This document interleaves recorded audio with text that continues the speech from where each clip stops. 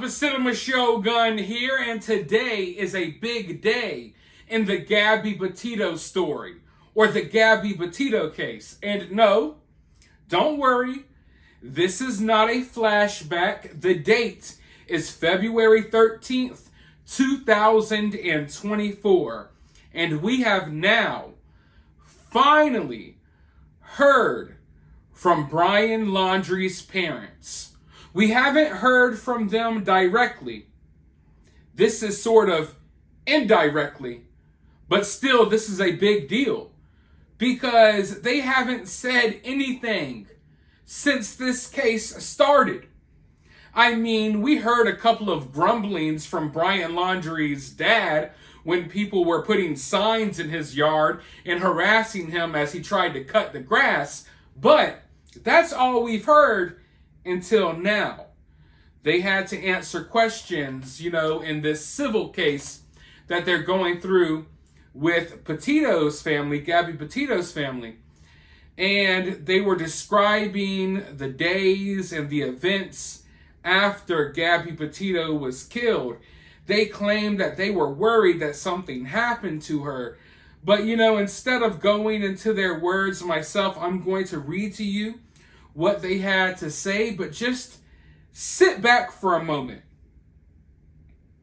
and kind of just take it all in. Because this was a huge story that a lot of us dedicated so much time into covering or learning about, researching, you name it. And every time we continue to get these little updates in this story, they're often 6-7 months apart. But every time, it really brings me back to when we all came together to cover this story, a couple of years ago. And this right here is one of the moments we have all been waiting for. I know a lot of things have happened between, then and now. We've covered tons of stories since then. But for those of us who were really locked in on the Gabby Petito Brian Laundrie case, this is something that in the back of our minds we've been waiting and hoping for a long time. So without further ado, let's see what Brian Laundrie's parents have to say. Brian Laundrie told his parents Gabby's gone repeatedly in a very nervous and very scattered phone call from Jackson, Wyoming, 2 days after he is believed to have killed her at a campsite outside of town, according to court transcripts made public on Monday. Both Christopher and Roberta Laundrie conceded in depositions for a civil lawsuit that they had concerns for Petito's welfare after the conversations. Petito's father, in a fiery deposition of his own, called Laundrie a piece of crap who was raised by pieces of crap. Both of Laundrie's parents could not identify any girlfriends prior to Gabby Petito. However, they described him, Brian, as an outgoing person with a lot of friends. They recalled meeting Gabby for the first time and revealed that they had been under criminal investigation in the fall of 2021 in connection with the case. Neither parent was charged. Brian asked his father for help with a lawyer, and although Christopher Laundrie denies knowledge of Petito's murder at the time, he told Petito's family attorney that after the conversation of how frantic Brian was, and it was something that we had to consider. We had to basically consider the possibilities that Gabby may no longer be here. Roberta Laundrie, giving her own deposition a day later, also recalled the event. I just know from the tone of Chris's voice, it was something really serious, she told the Petito family lawyer. They took it seriously enough to contact their attorney, Stevie Two-Text Bertoloni, and they sent him $25,000 to retain a Wyoming-based law firm on behalf of Brian, but they said they did not know what actually happened to Petito at the time. If she just left and walked away, do you think he would have needed an attorney for that? Riley asked. So basically what's happening here is the Petitos are claiming they had no knowledge that anything bad happened to Gabby. Yet after these phone calls with Brian, they spent $25,000 to go ahead and try to get, a lawyer for Brian. And what the Petito family's lawyer is arguing is, hey, if you don't think there's anything wrong here and you just think that Brian and Gabby broke up, why would you spend $25,000 on a lawyer? It's very obvious that y'all had knowledge that something very bad happened. Even if this was a little fight, even if this was a little domestic dispute where someone put their hands on each other, you probably wouldn't go out there and drop $25,000 to get a high-profile, attorney to defend your son. But that's what they did. So the Petito family lawyer is arguing that, hey, y'all definitely know more and knew more than what you're admitting right now. We know you had the conversations. We don't know what was said in those conversations. You're claiming you had no knowledge that Gabby was hurt or killed. Yet you after these phone calls, went and got these lawyers as if you had knowledge that Gabby was hurt or killed. But let's go forward. You want me to assume that they spent all this money on an attorney because a boy broke up with his girlfriend, said Joseph Petito. Christopher Laundrie replied in his deposition, I had no idea what to think. He asked me to get a lawyer and I couldn't get any more information from him.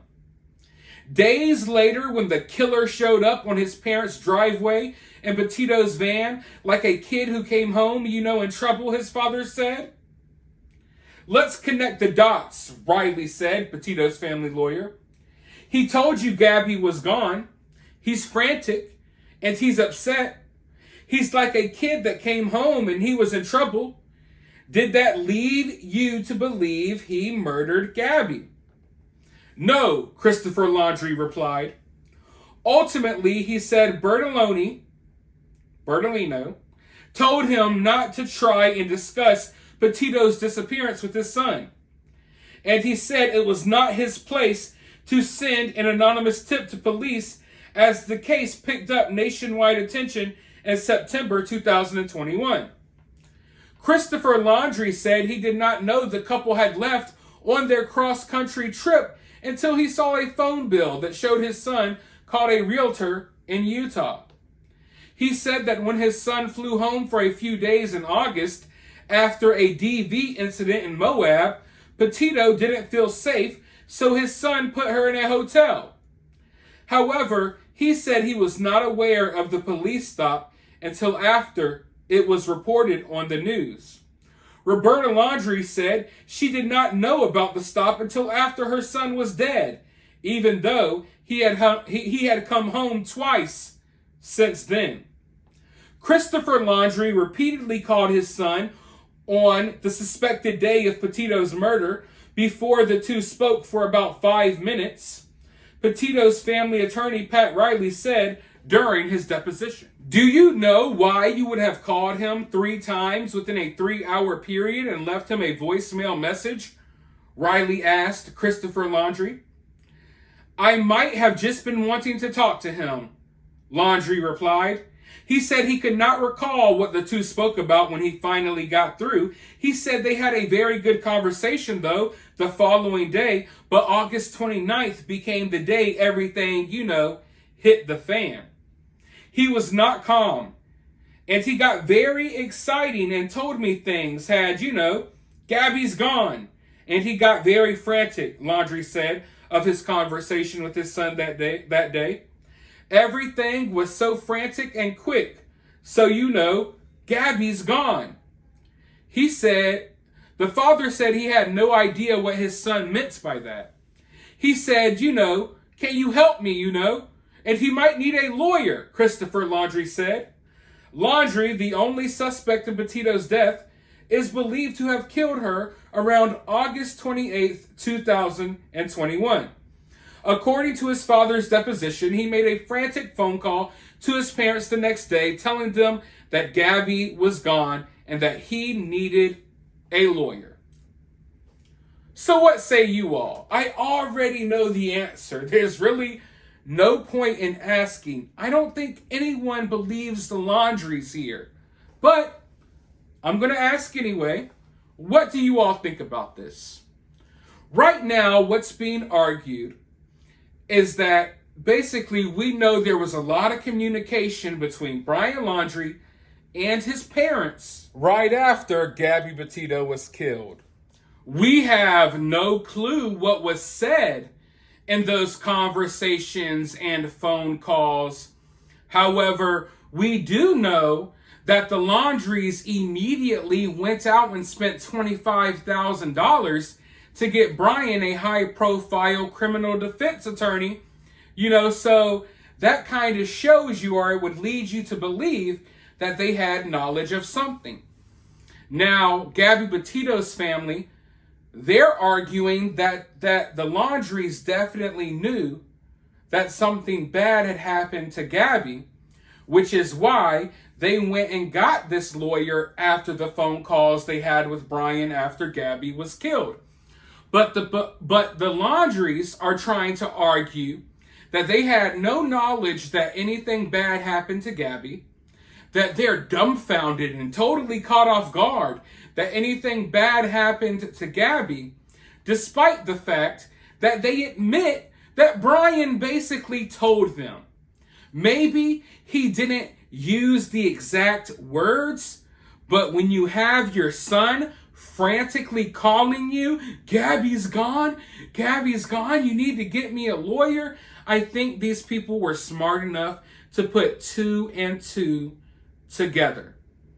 So you already know how I feel about this, but I don't believe anything the Laundries say. I fully believe that they had knowledge about what happened.